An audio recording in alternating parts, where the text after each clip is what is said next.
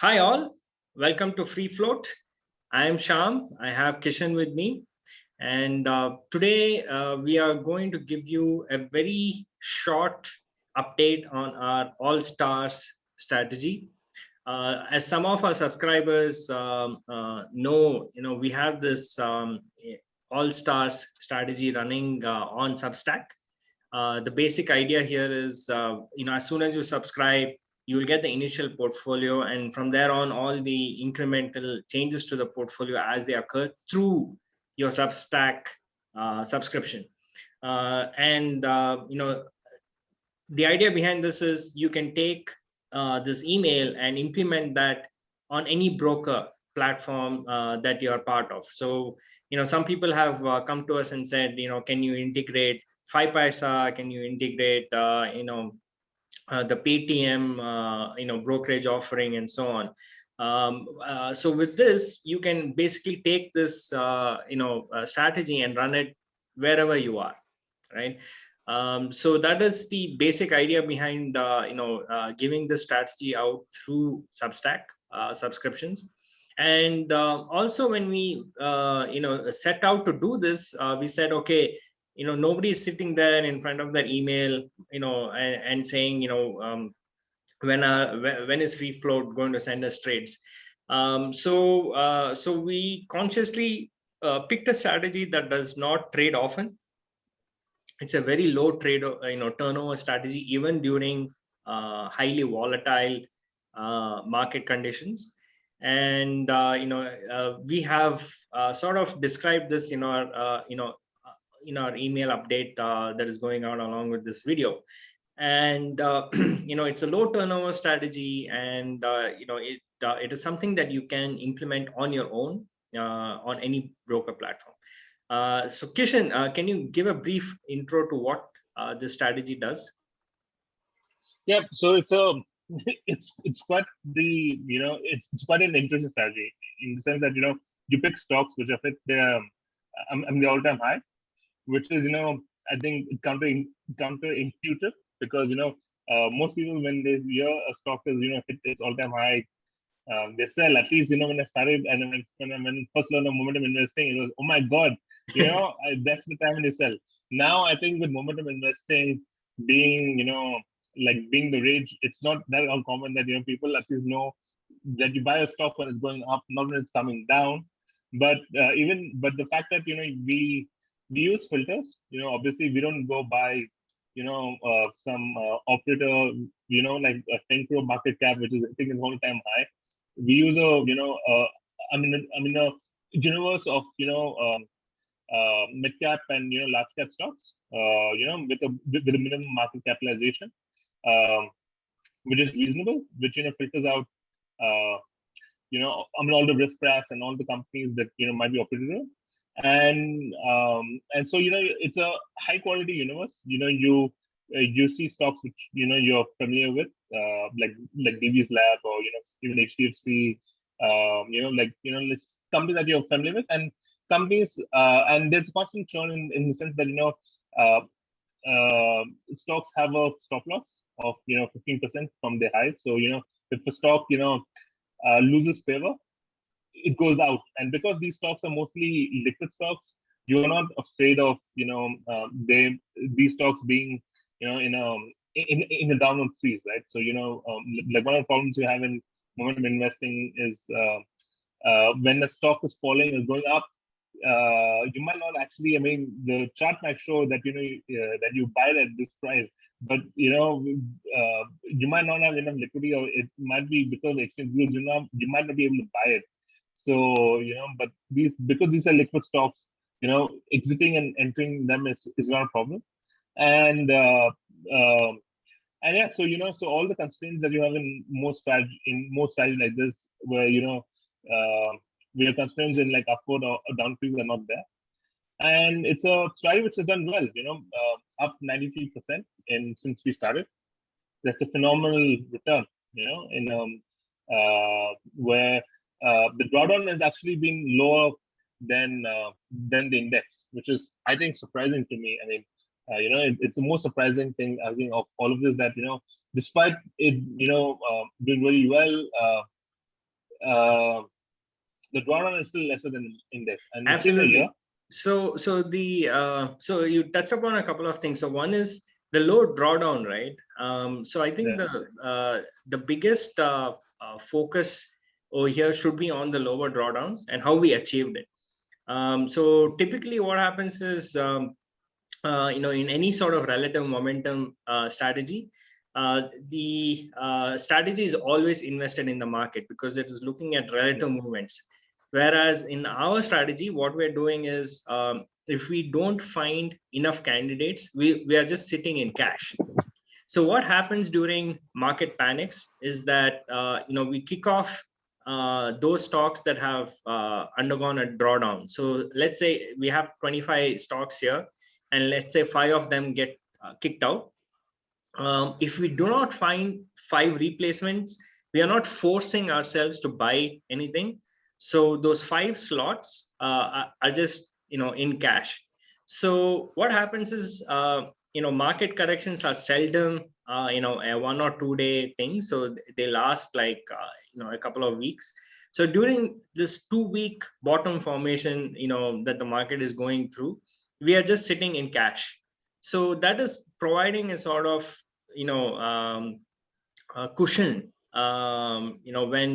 when things sort of hit the bed. And when the markets recover, as the algo continuously finds newer candidates, those 5 slots get filled up. And this is exactly what we saw happen during the recent market correction as well.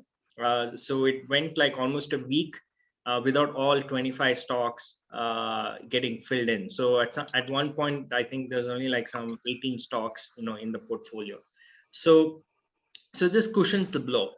And I think, for most retail investors, this is a very, decent sort of strategy to follow, given that, given the way that we have sort of packaged it and, run it in the background. Right. Also, Sham, like I mentioned, right? We're not picking like any stock which is going to its, which is like 18 its all-time high, right? I mean, there's some filters. So can you talk a bit about those? Right. So I think the biggest filter that we have is a market cap cutoff. So we don't dip below the top I think 50% in free float market cap. And even when we pick stocks, we rank them based on market cap as well. So we give preference to large caps. And the reason behind this is fairly simple. Small caps or mid caps, they have a 5%. Most of them have a 5% circuit circuit level. So if they're down by 5% or up by 5%, you can't really trade them. So what happens is it's easy for a guy doing a back test, or for someone who is just recommending stocks to buy, to say that implementation is your headache, so here's the stock you should buy and sell. But in reality, when you actually go to the market and buy and try to buy and sell those stocks, you'll realize that it is locked. So by giving preference to large caps, we are sidestepping this whole implementation problem. So you'll not see HDFC get locked in some circuit often, right? But you will see stuff like Kitex or one of those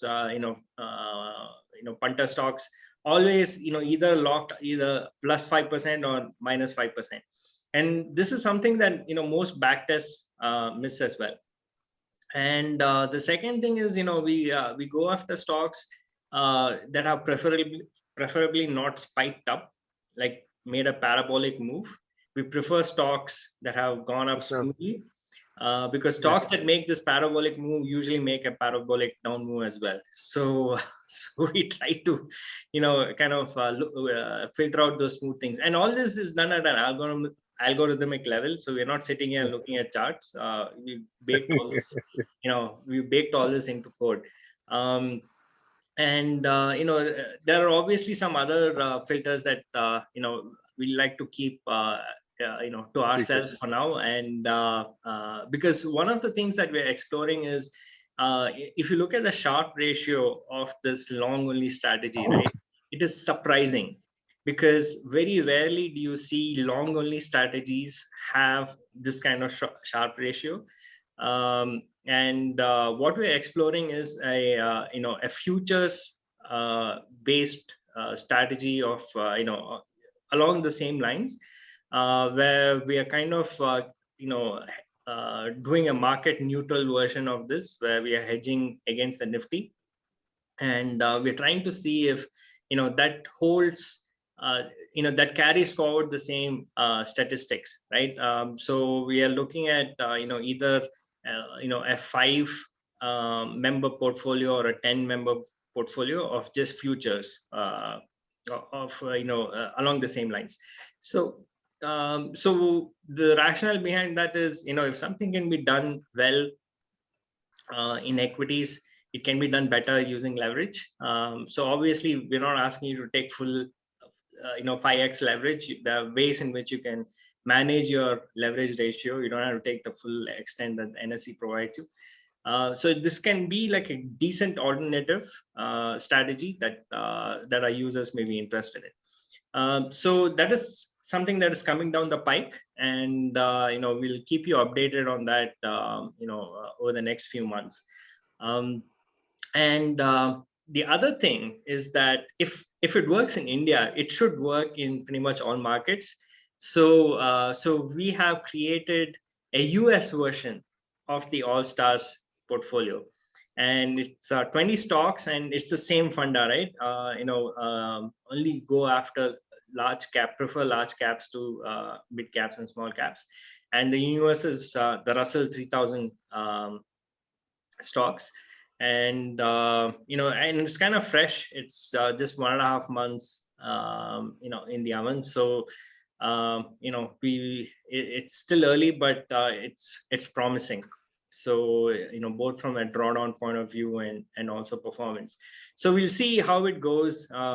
We've linked both these strategies on our post, so do check them out. And unlike and if you're investing in US stocks, do give freefloat.us a look, because it's just like $9 a month, and it has all the bells and whistles that you would ever need and ever want out of out of an advisory. So do have a look, and if you have any questions, leave us a comment. We'll get to it as soon as possible. So Kishan, anything you want to add to this? No, I think it's been a fascinating strategy. I tracked it myself. I also traded myself. So I think it's a very interesting strategy. Great, awesome. So so with that, a vote of confidence from Kishan, we will wrap up this week's free float. So next week we'll be discussing a very basic hedging strategy. So do stay tuned.